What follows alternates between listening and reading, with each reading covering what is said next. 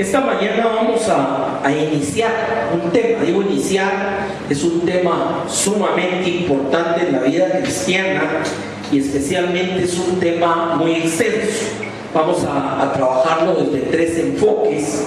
El tema se llama el arrepentimiento, camino de bendición. Cuando nosotros vemos en el Antiguo Testamento al ministerio de los profetas, o sea, usted ha leído los mayores, los menores, los pre-cautividad, los durante la cautividad, los profetas post-cautividad. O sea, tenemos una gama de profetas en el Antiguo Testamento cuya misión principal no era solamente ver hacia el futuro y decir lo que venía, sino especialmente era develar el pecado y la desviación que hubo muchas veces tanto en el pueblo de Israel como en el pueblo de Judá. Y recuérdense que hubo una separación de los dos pueblos. Había uno era capital Samaria, el otro era capital Jerusalén. Y cuando vemos el libro de los reyes, habla de reyes en los dos reinos. Hubieron 39 reyes. Y lo triste es que de esos 39 reyes, solamente 6 fueron buenos reyes. Todos los demás anduvieron lejos de Dios y hacían las cosas que a Dios no le agradaban. Y el ministerio de los profetas principalmente era llamar al arrepentimiento. Por eso vamos a hablar del tema del arrepentimiento. Cuando Jesús vino, dice que comenzó a predicar y a decir arrepentidos. Cuando apareció Juan el Bautista, el predecesor de Jesús, lo que predicaba era el arrepentimiento también. O sea que es un tema sumamente fundamental y a veces no debidamente comprendido en la vida del cristiano.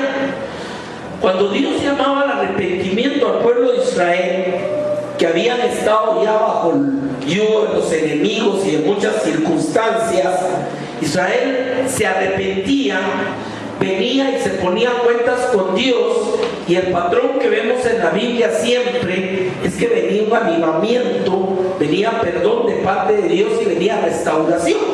Y ese es el punto central de la importancia del arrepentimiento.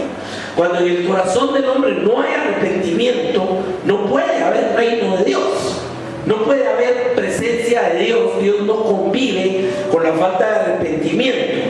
El énfasis que hacía Juan el Bautista era hacer frutos dignos de arrepentimiento. ¿Por qué? Porque el arrepentimiento también tiene la característica que tiene que traducirse en acciones concretas. No solo es, mire, yo ya me arrepentí, sí, pero no se le mira por ningún lado. Entonces, vamos a platicar de ese tema. Y quiero empezar con un versículo que está en Proverbios 28:13, que viene a ser la antítesis del arrepentimiento, o sea, lo contrario, y tiene consecuencias. Dice Proverbios 28:13, el que encubre su pecado no prosperará. Fíjese qué tremenda cosa. El que encubre su pecado no prosperará. Cuando tenemos hijos pequeños que ya empiezan a tener conciencia de sus actos, y usted ve que quiebran algo, o que rompen algo, o que hacen algo que no deben de hacer, ¿qué es la tendencia natural? O sea, la tendencia nata del hombre, ir y decirle al papá, hice tal cosa, o tratar de ver cómo lo encubre. Y esa es la naturaleza humana. La naturaleza humana tiene la tendencia de encubrir aquellas cosas que sabemos que están mal. ¿Es cierto o no es cierto? Y eso, como le digo, es parte de la naturaleza humana. El arrepentimiento es exactamente lo contrario. Es la antítesis de encubrir el pecado. Y nos dice el libro de Proverbios que el que encubre sus pecados no prosperará. O sea, no puede crecer si está tapando lo que hace. Punto 1. Ahora, en la primera parte del mensaje vamos a hablar bastante de las formas como el hombre encubre su pecado. Porque no es de que lo meta debajo de la alfombra para que no vean que quebró algo. Hay muchas formas, y tal vez lo más terrible de ellas Recuérdense que la Escritura dice que engañoso es el corazón más que todas las cosas.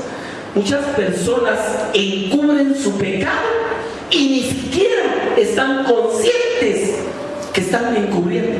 Eso es lo más terrible que yo he visto en mi ministerio a través de muchos años. Personas que tienen problemas, están mal, pero si usted habla con ellos, chica, son unas vidas envidiables. Allá pues están, pero casi que pegan al techo las alitas, y usted sabe que no es cierto. Y muchas veces, como le digo, hay una intencionalidad de encubrir, pero muchas veces no. Muchas veces han llegado a engañarse a ellos mismos creyendo que ellos no están mal y que ellos no tienen problema. Por eso vamos a hablar de los encubridores. Uno de los encubridores más grandes del problema del pecado del hombre es la religión. ¿Por qué? Porque le da instrumentos para sentirse bien y sentir que no necesita arrepentirse. Ahí vamos a ir platicando de eso.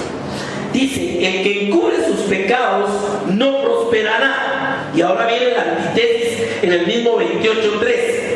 Mas el que los confiesa, mire bien, es el que los confiesa y se aparta, alcanzará misericordia. Ahora, pensemos en esto. La misericordia es un bien de Dios que no merecemos, es una dádiva. Ahora, no puede ser alcanzado si nosotros estamos encubriendo nuestro pecado. Punto 1. Ahora, si lo confesamos, tampoco es suficiente. Dice, confiesa y se aparta. Por eso el arrepentimiento, ese es el fruto digno de arrepentimiento, el apartarse. ¿Qué pasa cuando confesamos y nos apartamos? Entonces sí puede venir la misericordia. Amén. O sea que el perdón es estrictamente condicional. No puede haber perdón si no hay arrepentimiento. Porque si la persona cree que lo están perdonando de algo que él no hizo, entonces simplemente nunca va a estar consciente del valor de ese perdón. ¿Qué pasaba cuando Jesús hablaba con los fariseos? ¿Se acuerda el pasaje donde Jesús entró en la casa de un fariseo y una mujer pecadora entró y le lavaba los pies y derramaba lágrimas? El hombre pensó, dijo, si este fuera profeta de Dios, sabría qué mujer lo toca. Y Jesús le empieza a dar una parábola del perdón y le dice al final, entré a tu casa y no me diste agua para mis pies, era la costumbre. Y esta mujer no ha dejado de derramarme lágrimas en los pies. Entré a tu casa y no me diste beso. Era la forma. Cuando un huésped llegaba, le daban agua porque los caminos eran polvorientos. Era parte de la ¿cómo se llama? De la cultura. Y le daban un beso en la mejilla, bienvenida. Dice, yo vine a tu casa y no me diste agua. Vine a tu casa, no me diste un beso. Y esta mujer ha derramado perfume, ha derramado lágrimas en mis pies y ha besado mis pies. Pero ¿cuál era el secreto? Se lo dijo, al que mucho se le ha perdonado va a amar mucho, pero al que no se le ha perdonado mucho va a amar poco. ¿Y cuál es el contraste del tamaño de ese perdón? Es entender de qué tamaño es el perdón que necesito. Pero si no hay arrepentimiento, entonces el hombre no puede estar consciente de ello. Por eso la gente a veces piensa, no, yo no le hago mal a nadie, o a la iglesia, yo creo en Dios, yo hago esto, yo hago lo otro. ¿Y qué es lo que hace eso? Es endurecer su corazón a nunca tener arrepentimiento. Porque a veces, mire, yo he hablado con gente y dice, ¿y de qué me tengo yo que arrepentir si yo soy buena gente? Imagínense. Ahora, vemos entonces, el que confiesa y se aparta, alcanzará misericordia. Ahora, Lucas capítulo 15, verso 7. Oiga lo que dice Jesús acá. Os digo que así habrá más gozo en el cielo por un pecador que se arrepiente que por 99 justos que no necesitan arrepentimiento. Fíjese qué tremendo es. Esto Jesús lo dio dentro de las 3 parábolas: la oveja perdida, la moneda perdida y el hijo pródigo. Y todas terminan con fiesta. O sea, si algo trae alegría al corazón de Dios, es que el hombre se arrepienta. Fíjense, por eso le digo, es un tema relativamente sencillo, pero tiene unos alcances y una profundidad en nuestra vida que ni siquiera nos imaginamos, hermano. Y si mucha gente está mal, es porque no tiene arrepentimiento en su corazón. Fíjense que esto es bien tremendo y empezamos a encubrirla. Como le digo, vamos a estudiar las formas de encubrir, porque otra forma es cuando nos justificamos o nos comparamos. Es que hay peores, otros son más malos que yo, entonces yo no me tengo que arrepentir. Ese es como los contrastes. Otros, ¿cómo se llama? El encubrimiento de las obras. Pero yo hago esto y hago aquello y yo voy. O sea, son formas de solapar. Ahora, en el cielo hay fiesta cuando el pecador se arrepiente. ¿Por qué? Porque si no hay arrepentimiento no puede alcanzar misericordia. Si no hay arrepentimiento no va a tener perdón, no va a haber vida nueva. O sea, un montón de conexiones que vienen con el principio del arrepentimiento. Por eso el tema se llama camino de bendición, el arrepentimiento, camino de bendición. ¿Por qué? Porque es una forma como Dios me bendice a través de mi arrepentimiento. Ahora, Mateo 4:17 dice, está empezando Jesús su ministerio después del desierto. Se recuerda que es donde es inaugurado el ministerio de Jesús. Desde entonces comenzó Jesús a predicar. Ahora, miren cuál era el principal elemento de la prédica de Jesús: y a decir, arrepentidos. Amén. Arrepentidos, porque el reino de los cielos se ha acercado. Más adelante explica que sin arrepentimiento no podemos entrar en el reino de los cielos. Entonces, fíjense los elementos, juntando todo lo que hemos visto estos 3 versículos. El que confiesa y se aparta del mal va a alcanzar misericordia. Eso es arrepentimiento. Hay fiesta en el cielo cuando alguien se arrepiente, y el llamado del Señor es iniciado con el arrepentimiento. Ahora, mire, hay una escritura, a mí se me olvidó incluirla, por eso no tengo la cita, pero se la comento. Hay una escritura que a mí siempre me ha impactado increíblemente sobre el poder del arrepentimiento. ¿Usted sabe quién fue el rey más malo de todos los 30 y pico reyes? Se llamaba Acab. ¿Se acuerda de eso? Dice que Acab hizo más mal que todos los reyes antes de él y después de él. O sea que fue el peor de todos. Idolatría, mentira, hechicería, adoración de demonios. Él tenía de todo. Y por si fuera poco tenía una joyita que se llamaba Jezabel, que era la esposa. Ahora, cuando Dios reprendió a Acab en el final de su tiempo, viene Dios y tiene una conversación con uno de los profetas interesantísimo. Le dice, ya viste, Acab se arrepintió. O sea que ya no voy a hacer lo que había dicho que iba a hacer con él ahorita. Claro, él tuvo que cosechar, a él lo mataron. Pero el punto es que hasta el corazón de Dios, de un Acab, fue tocado por el arrepentimiento de Acab. Mire, eso es, entre las cosas de la palabra, es una de las que a mí más me impacta. Que un personaje tan malo tenga la opción de tocar el corazón de Dios porque se arrepintió. Ya después volvió a las andanzas y lo mataron de una forma interesante. Entró en la batalla disfrazado y dice que alguien tiró una flecha a la aventura donde cayera, y ya le fue a pegar entre la armadura y donde no tenía armadura. O sea que era de Dios que lo iba a borrar del mapa. Pero el punto es que hubo un momento en la vida de Acab que tocó a Dios la actitud de Acab. O sea, nótese cómo el arrepentimiento llega al trono de la gracia, hermano. Ese es el punto de esto.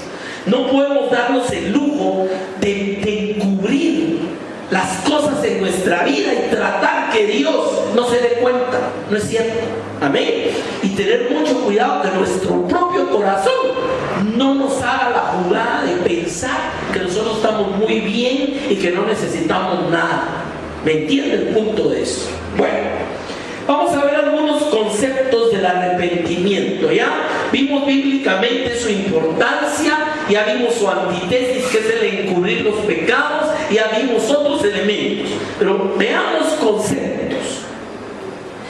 En griego, la palabra se traduce metaneo, significa cambio de mente. Eso significa arrepentimiento en griego, cambio de mente, pero implica un cambio de cómo hemos visto el pasado. Eso es bien interesante. O sea, el concepto, el ver hacia el pasado y entender que hemos hecho mal, produce un sentimiento, dice, de culpa personal y reconocimiento de ese mal. Fíjense lo que dice el concepto. O sea, que arrepentirse significa que yo miro atrás, miro que lo que he hecho está mal y me siento culpable. Eso es, ahí inicia el arrepentimiento. Luego dice que me lleva a una necesidad de cambio de conducta.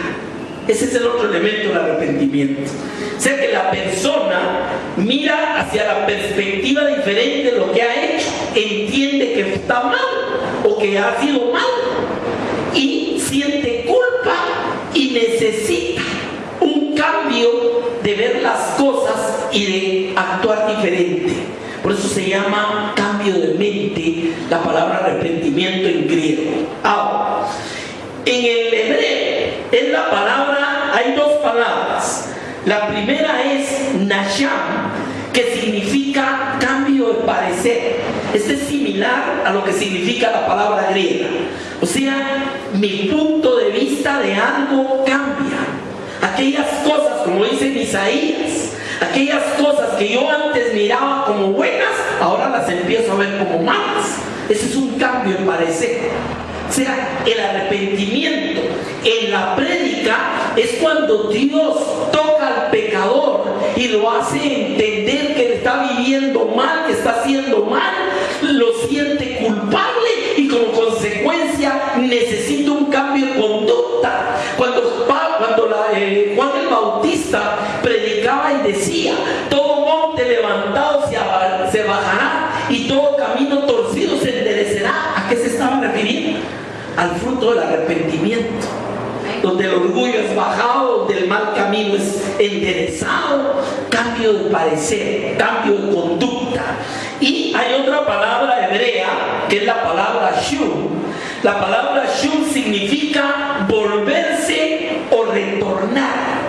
Y teológicamente significa dejar de pecar. Entonces, cuando la persona efectivamente se arrepiente, miren todas las implicaciones que tiene. Primero, se da cuenta de su pasado, comprende que está mal hecho, se siente culpable, cambia de parecer respecto a lo que está haciendo y se vuelve de esa mala vida y empieza a buscar la misericordia de Dios. ¿Ya entendemos qué es arrepentimiento? Ahora, esta es la parte conceptual de las palabras en griego y en hebreo, pero hay un elemento interesante. Vamos a cerrar, no hoy, con el estudio del pródigo. ¿Qué es volviendo en sí? Es esto, es ver lo que hizo, es sentirse mal de lo que hizo, reconocer que él lo hizo y empezar a ver hacia adelante, a volverse a buscar el perdón en la casa del Padre. Ahora entendemos por qué dice, y quiero regresar a los 3 versículos con que empezamos. Primero, el que encubre sus pecados no prosperará. ¿Por qué? Porque si no está consciente que aquello está mal, nunca va a querer cambiar. ¿Ya me entienden? Luego dice, mas el que confiesa y se aparta alcanzará misericordia. ¿Por qué? La misericordia está hacia el frente cuando el hombre ha pasado por el arrepentimiento. ¿Qué era lo que Dios les rezaba y les decía a Israel? Arrepentíos, volveos, paraos, mirad vuestro camino. Todos son llamados ¿a qué? Arrepentirse. ¿Se dan cuenta? Miren qué tema más bello este. Cuando Jesús dice, hay gozo en el cielo cuando un pecador se arrepiente, ¿a qué se refiere? Que Dios se goza, que el hombre pueda ver la perspectiva de su maldad, pueda sentirse mal y sucio de ello y quiera tener un cambio de vida, de perspectiva. Eso es, por eso hay fiesta en el cielo. Dios se regocija. ¿Por qué? Porque el hombre fue consciente de ver su maldad. Entonces ahí es donde entra la otra etapa. Pueden recibir perdón y alcanzar misericordia, porque ya no va a venir a ofrecer nada. El ofrecerle a Dios cosas son tapaderas de encubrimiento del pecado también. ¿Me entiende? El otro tema, Jesús empezó a predicar arrepentidos. O sea, ¿qué era lo que quería decir Jesús? Lo que quería decir es, consideren su camino, miren su maldad, siéntanse mal de esa vida y den vuelta, vuélvanse de ahí, busquen otra cosa. Eso era arrepentir. Entonces termina y les dice, el reino de los cielos se ha acercado. O sea, ya está aquí, listo, pero no puedes entrar si no te arrepientes. Amén. No puede entrar alguien ahí. ¿Por qué? Porque no es digno, simplemente. Es la persona que cree que es tan buena y que él no hace mal y que su vida es perfecta, que no necesita perdón ni arrepentimiento ni nada. Esa persona no va a prosperar. Es lo que dice Proverbios. Amén. Ahora, sigamos viendo esto. Dos conceptos más: arrepentimiento y remordimiento. Dos cosas que se parecen, pero no son iguales. Y el autor de estos estudios presenta un ejemplo interesantísimo. Dice que el arrepentimiento y el remordimiento parecieran ser lo mismo. Y pone dos ejemplos. Judas Iscariote sintió remordimiento de haber vendido a Jesús y de ver que lo iban a crucificar, y hasta devolvió el dinero y ya no lo quería, pero no dio frutos dignos. Lo que hizo fue irse a suicidar para acabar con el remordimiento. Eso es remordimiento. Mientras que Pedro negó 3 veces a Jesús, lloró amargamente, pero corrigió su vida y después nunca más lo volvió a negar, hasta lo mataron por Jesús. Eso es arrepentimiento. Entonces, son dos temas que se parecen en una etapa, porque efectivamente el remordimiento, igual que el arrepentimiento, mira para atrás y se siente mal de lo que hizo, pero no tiene intenciones de volverse, sino simplemente hasta lo puede matar o se puede suicidar de sentirse mal de lo que hizo. Eso es remordimiento. Por eso el autor me interesó, que pone el contraste entre cómo pecó Judas y cómo pecó Pedro. Y no es que uno fuera más chiquito que el otro. O sea que Judas en su momento, ¿usted cree que pudo haber venido a la cruz de Cristo a pedirle perdón? Claro que sí, es interesante. O Pedro pudo haberse endurecido y alejado. Fíjense, o sea, la diferencia es que el arrepentimiento y el remordimiento se parecen, pero no son lo mismo. Y usted lo puede ver en el fruto. Y ahí tenemos gente que se siente mal de haber echado y todo, pero no cambia. Ahí está el punto, no cambia. Por eso le leía que el concepto en el hebreo significa volverse o retornar de un mal camino. ¿Por qué? Porque el remordimiento mira hacia atrás, ve que está mal, pero va a seguir haciendo lo mismo. El arrepentimiento mira hacia atrás, ve que está mal, pero tiene cambio de dirección, que era lo que llamaba Juan el Bautista: los caminos torcidos serán enderezados. Bueno, aquí vamos a dejar la introducción.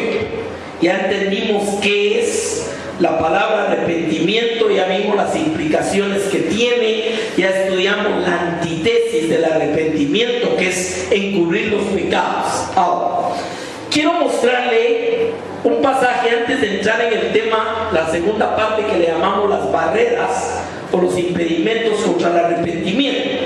Vamos a leer Lucas capítulo 5, verso 30 al 32. Dice: los escribas y los fariseos. ¿Quiénes eran los los escribas y los fariseos en el contexto de la época de Jesús? Eran los que manejaban la religión. Los fariseos eran los que administraban el Sanedrín y todas las cosas de la sinagoga, y los escribas los únicos que manejaban las escrituras. Entonces ese era el grupo. Dice: los escribas y los fariseos murmuraban contra los discípulos de Jesús, diciendo: ¿por qué coméis y bebéis con publicanos y pecadores? O sea, uno de los elementos de pensar que no necesitamos arrepentirnos es crear esa diferenciación de grupos. Aquí estamos los santos, los buenos, los que vamos a la iglesia, los que nos golpeamos el pecho, etc. Y allá están todos los pecadorazos que son indignos y que mejor si se van al infierno rápido. Esa es la mentalidad, ¿entendemos? Y eso pasaba en la época de Jesús. Exactamente estaba la dicotomía, la división entre los buenos, entre comillas, y los malos, entre comillas.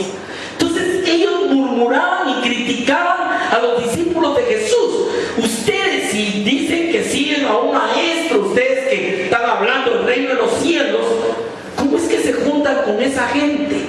¿Quiénes eran los más bajos, los peores? Los publicanos. Porque esos eran judíos vendidos al imperio romano para cobrar los impuestos, y además eran ladrones, metían la mano y se quedaban con su parte. Entonces los publicanos y pecadores eran como el más bajo estrato religioso en Israel o social, y el fariseo y el escriba eran lo más alto. Ahora, respondiendo Jesús, verso 31, les dijo: los que están sanos no tienen necesidad de médico, sino los enfermos. Y aquí viene una enseñanza que es bien tremenda, usando una analogía. Era que estaban sanos espiritualmente los fariseos y los escribas, no, pero se creían sanos.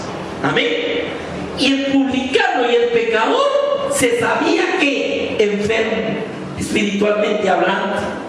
Entonces Jesús dice: el sano no tiene necesidad de médico. Cuando la persona encubre su pecado, cuando la persona se considera que ella no necesita arrepentirse, es una persona que se cree sana, espiritualmente hablando. Y esto es muy lógico. ¿Cuándo vamos a buscar al médico? Cuando nos duele, cuando nos pincha, cuando se hincha, ¿sí o no? O usted va donde el médico solo porque sí. Entonces es la misma, el ejemplo, la comparación es la misma. El sano no tiene necesidad, o sea, porque no está consciente. Puede ser que se esté muriendo y ni cuenta se ha dado. Ese es el sano en el contraste de Jesús. Entonces dice el verso 32, oigan cómo termina esta conversación Jesús: no he venido a llamar justos, sino a pecadores al arrepentimiento. ¿Vemos el punto de esto? Y era el mismo ministerio del Antiguo Testamento de los profetas: llamar al arrepentimiento. Fue la base del ministerio de Juan el Bautista, llamar al arrepentimiento. Ahora aparece Jesús a llamar al arrepentimiento. Y nos vamos a Hechos capítulo 2, el día de Pentecostés. Y en la primera prédica de Pedro lo que hace es: ¿qué hemos de hacer? Cuando les habló que crucificaron a Jesús: arrepiéntanse y bautícense en el nombre del Señor para que venga el perdón. O sea, ¿me entienden? No puede haber nada si no hay arrepentimiento. Y por eso también es un mensaje a veces no popular. O sea, hermano, pero eso de ir a predicar de arrepentimiento está bien ahí en la cárcel, con los presos, en el parque, con la gente que está ahí, pero a la iglesia no les va a ir a hablar. ¿Usted cree que a la iglesia no le debo ir a hablar de arrepentimiento, hermano? ¿Me entiende el punto de eso? No he venido a llamar justos, sino pecadores al arrepentimiento. Ya vimos todo lo que es arrepentimiento: ver el pasado, sentirme mal, darme cuenta que está mal, querer un cambio de parecer o de mente, volverme, cambiar de actitud. Todo eso es arrepentimiento. Ahora, en segunda de Pedro capítulo 3, verso 9, ya al cierre del Nuevo Testamento, Pedro escribe algo también que es importante considerar en este contexto. Dice: el Señor no retarda su promesa de regresar, como algunos la tienen por tardanza, sino es paciente para con nosotros. Pero mire qué es la paciencia con nosotros: no queriendo que ninguno perezca, sino que todos procedan ¿a qué? Al arrepentimiento. Amén. O sea, cuando la iglesia predica cualquier astralidad que usted quiera, pero está dejando de predicar el llamado al arrepentimiento, está perdiendo cuál es el sentido para el cual nos dejó el Señor sobre la tierra. Cuando dijo ir y predicar el evangelio a toda criatura, ¿qué evangelio? ¿Cuál es un componente esencial del evangelio? Arrepentidos, confesar nuestros pecados y venir al Señor. Sin esos tres elementos, todo lo que usted quiera es doctrina, y nos hemos llenado de doctrina, nos hemos llenado de muchas cosas. No digo que sea innecesario, como solidez de la propia iglesia, su base doctrinal, pero a veces hemos perdido de vista el llamar al arrepentimiento. Amén. Y le voy a decir, por eso muchas veces incluso las propias iglesias han ido tolerando el pecado adentro, han ido permitiendo que el pecado carcoma. ¿Por qué? Porque nunca hay un llamado al arrepentimiento. Ah, no, si aquí a todos son hermanos. ¿Será que el ser hermanos garantiza que no necesitamos arrepentimiento en nuestra vida, hermano? Amén. Ahora, ¿cuál es esa paciencia de Dios?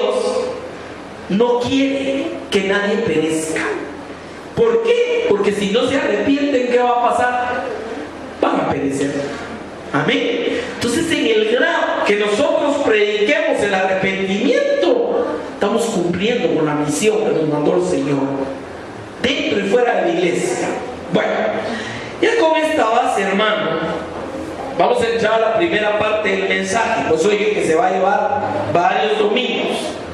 La primera parte se llama barreras contra el arrepentimiento. O sea, aquí participan dos elementos. El primero y el peor de todos es el propio corazón del hombre. ¿Quién es el primer creador de barreras para el arrepentimiento? El que es engañoso en mí. Engañoso es el corazón. ¿Quién lo puede conocer? Solo Dios. Y ha creado y ha perfeccionado una serie de formas de evitar enfrentarse con Dios y arrepentirse. Y eso es lo que vamos a estudiar. El segundo es el de enemigo. ¿A quién le interesa que la gente no se arrepienta? Al enemigo. Porque ¿cuál es su objetivo? Que el hombre se pierda eternamente. Y sabe que si logra convencer al hombre que no necesita arrepentirse, va caminito directo con él hacia donde él va. ¿Sabemos eso o no lo sabemos, hermano? Entonces encontramos dos, pero hay un tercer elemento que se va a oponer a que usted se arrepiente. ¿Y sabe qué es? El mundo. Todo el humanismo secular. Porque entonces, en vez de decirle al pecador, pecador, le dicen enfermo, le dicen pobrecito, le dicen que lo ¿cómo se llama? Lo traumatizado, le dicen que la culpa es de la sociedad. Entonces el hombre ya no necesita arrepentirse. Entonces vemos los tres elementos trabajando. El corazón del hombre justificándose a sí mismo, volviéndose religioso. El diablo tratando de que el hombre no se convenza de que tiene pecado, que él está bien, que él no tiene la culpa. Y la propia sociedad y las filosofías humanistas seculares tratando de convencer al hombre que no hay hombre malo. ¿Ya? Nadie es malo, miren, nadie. Y ahí va usted a ver corrientes filosóficas. No, mire, Dios es demasiado bueno para tener un infierno, ni se preocupe. Fíjense todas. Y ahí vamos en un mundo inmerso de mentiras del diablo y de endurecimientos de corazón. Y es contra eso que que nos manda el Señor a predicar, ¿qué? El evangelio del arrepentimiento, hermano. Porque si el hombre encubre su pecado, si el hombre con éxito logra endurecerse, no va a tener arrepentimiento y no va a alcanzar misericordia. Eso está claro en la palabra, ya lo vimos claro. No que mire que yo soy bueno, que yo no hago mal, que hay otros peores. Todas son formas de tapar el no enfrentar a Dios. Y déjenme enseñarles sus raíces. Génesis capítulo 3. Vamos a empezar a leer en el verso 37 en adelante. Después vamos a regresar a otra cosa aquí también. ¿Qué sucedió cuando Adán y Eva hicieron lo que les habían dicho que no hicieran? Perdón, es Génesis 3:7. ¿Qué fue lo que hicieron? ¿Qué fue lo primero? Dice la palabra que fueron abiertos los ojos de ambos y conocieron que estaban desnudos. O sea, lo primero que vemos como consecuencia en el huerto del Edén es una clara comprensión de que desobedecieron, de que hicieron mal, de que pasaron encima lo que Dios les había dicho que no hicieran aquello. Eso es lo primero. La primera consecuencia, se sintieron desnudos. ¿A qué se refiere? Claro que no tenían ropa, pero no ese es el sentido propio de esto, sino es en el sentido de sentirse desarmado, de sentirse que no tengo. ¿Cómo se siente una persona desnuda, hermano? Avergonzada. ¿Es cierto? Imagínense a alguien que se despierta en la calle desnudo, ¿cómo se sentirá? Y el montón de gente se sentirá bien. Claro, hay enfermos que se sienten bien, pero le pregunto, lo normal es que eso crearía lo primero que usted hace es ver cómo se tapa. ¿Es cierto o no es cierto? ¿Dónde se esconde? Y esa fue la reacción. Esa fue la reacción exacta. Una reacción de sentir su desnudez, darse cuenta de su realidad. Esto es lo que la Biblia, cuando habla de que fueron abiertos los ojos, es exactamente lo que le pasó al pródigo. Volviendo en sí, vio lo que había hecho y dónde estaba.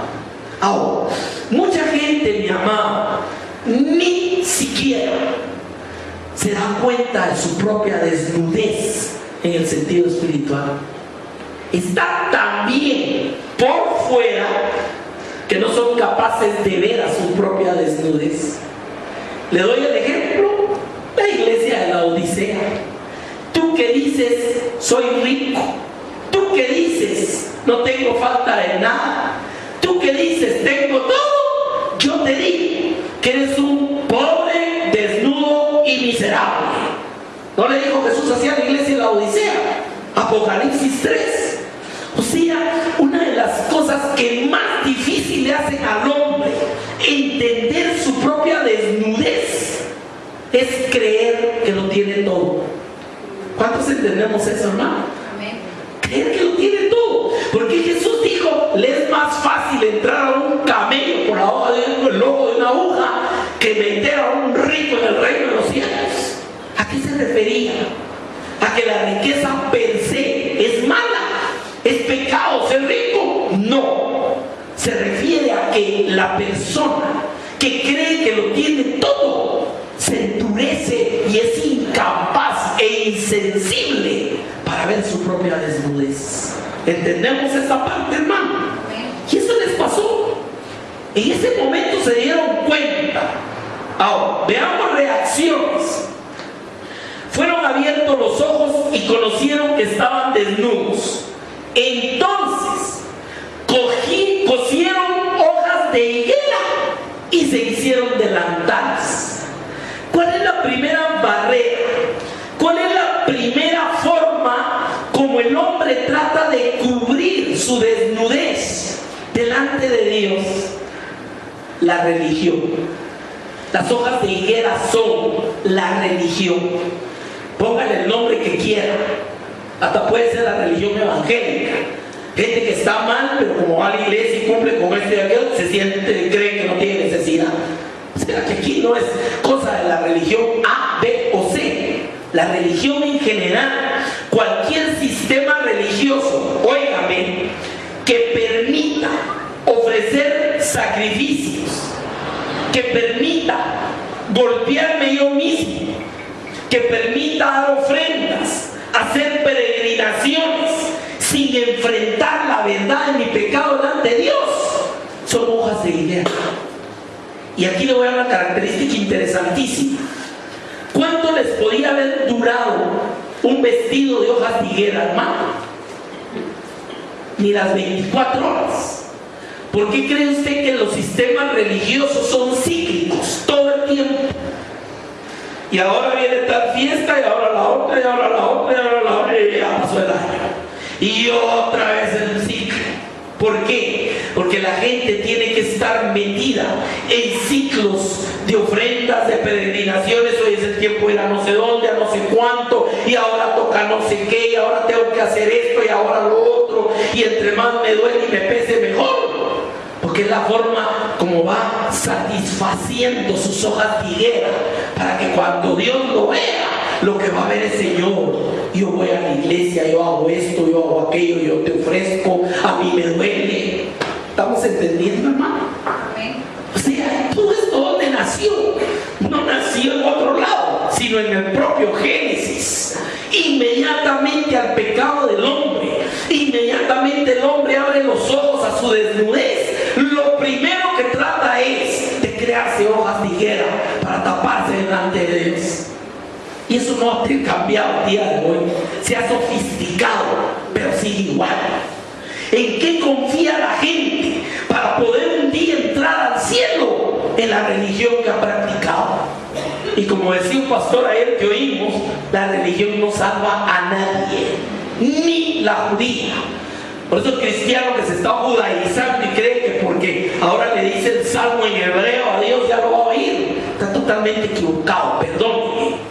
¿Me entiende? Es que ahí sí lo oyó Dios, porque le vino a hablarle en hebreo del Salmo 23. Sí, hermano, Dios fue el que creó los idiomas. Amén. Amén.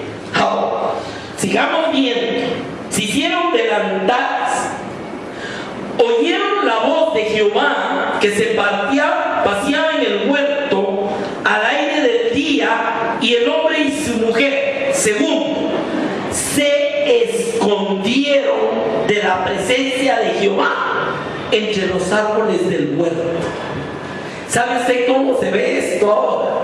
O sea, la segunda fue: primero veo cómo me tapo yo mismo, y segundo, si no me siento llegando a Dios, voy a ver a dónde me escondo. Esa es la segunda, esconderse de Dios. Ahora, déjeme explicarle qué es esconderse de Dios. Filosofías y doctrinas que niegan la existencia de Dios para no tenerle que dar cuenta. El propio ateísmo es una forma de esconderse de Dios. ¿Por qué? Porque yo sé que estoy mal, yo sé que lo que estoy haciendo no es lo correcto, pero entonces niego, pero no hay Dios, nada va a pasar. ¿Ya me entienden? Y es una forma también, a través de mucho tipo de justificaciones y de filosofías. Y déjeme decirle, el corazón engañoso del hombre, muchas veces yo conocí casos, gente que se buscaba una religión que le permitiera hacer lo que él quería y que le permitiera vivir como él quería, de formas justificadas. Y se lo voy a poner claro: religiones que permiten que el hombre tenga un montón de mujeres. ¿Por qué? ¿Será que eso viene de Dios? El famoso, la poligamia, en la cuna de muchas religiones pseudo cristianas el día de hoy. ¿Es cierto o no? ¿Por qué? Porque es una forma de justificar. No tengo nada de malo. Y empiezan a desempolvar del Antiguo Testamento momentos históricos bajo otra cobertura en ese momento, y dicen: pero David tenía la fulana, la mengana, la sutana, entonces yo ¿por qué no voy a tener la sutana, la mengana y la... ¿Será así la cosa, hermano? O sea, nótese cómo las filosofías, el sacar cosas de contexto y muchas formas sutiles del hombre, son formas de esconderse y no darle la cara a Dios. Muchas cosas. Una de las peores que Pablo la cita en 1 Corintios: comamos y bebamos porque mañana moriremos. ¿A qué se referían los epicúreos, los hedonistas y los estoicos con eso? Se referían a: hermano, viva como se le dé la gana, déle gusto a la carne, porque al fin y al cabo, muerto el chucho, se acabó la rabia, ya no hay nada. Ese era el fin de la doctrina, ¿no? Porque Pablo está hablando del arrepentimiento, está hablando, perdón, de la resurrección, pero lógicamente la palabra no lo deja muy claro en Apocalipsis. Viene un día del trono, del juicio del trono blanco, y dice que todos, cristianos o no, compareceremos ante el tribunal de Cristo. ¿Cuántos hemos leído eso? Amén. Ahora, todas estas filosofías, todas estas corrientes religiosas, muchas veces lo que hacen es tapar al hombre para que encubra su pecado, no se arrepienta y para que se sienta que él está bien. Ya entendemos otra forma. La religión son las hojas de higuera.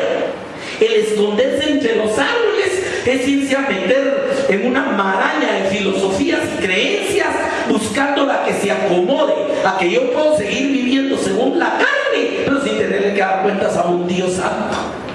Fíjese qué tremendo esto, hermano.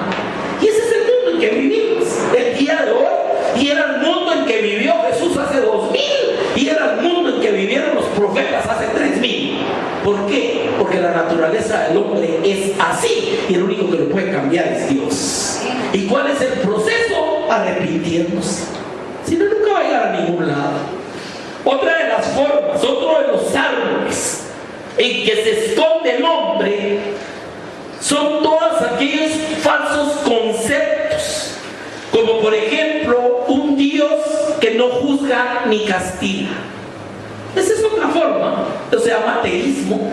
No, mire, Dios hizo todo, pero él ya ahí lo dejó, no están perdiendo tiempo o sea, que ahora el hombre vea cómo sale a sí mismo. ¿Cuál es el principio fundamental del humanismo secular?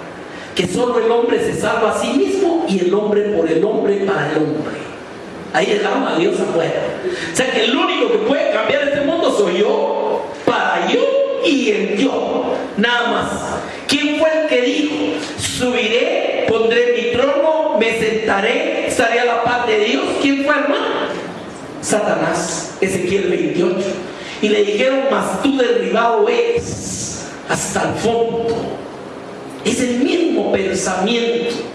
Por eso dice en el libro de Romanos, en el capítulo 1, dice Pablo: no consideraron a Dios, no le tomaron en cuenta, ni le dieron gloria, sino que encendiéndose en sus propias concupiscencias, hombres con hombres, mujeres con mujeres. Está hablando del ¿cómo se llama? Del homosexualismo, como una maldición que el hombre ha provocado por echar fuera a Dios, queriendo ahora justificar que no, que Dios lo hizo así. Eso no es un mensaje popular. ¿Qué necesita cualquier arrepentimiento? Amén. Sin arrepentimiento, aunque el reino de los cielos se acercó, y aunque ahí esté la misericordia de Dios, pero si no hay arrepentimiento, no lo va a alcanzar. ¿Ya se dio cuenta de la importancia de este tema, mi hermano? Amén. Otro de los grandes líneas es la justificación de la naturaleza carnal.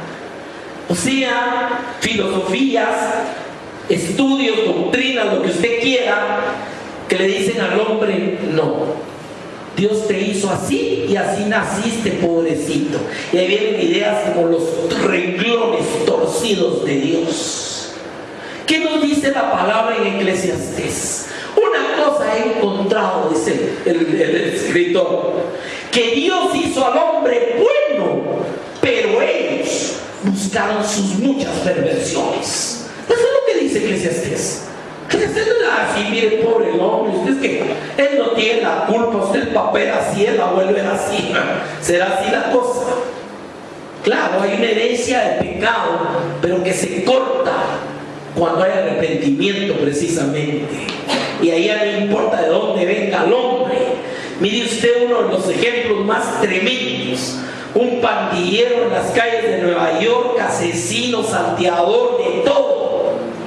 Un hombre que venía hijo de brujos.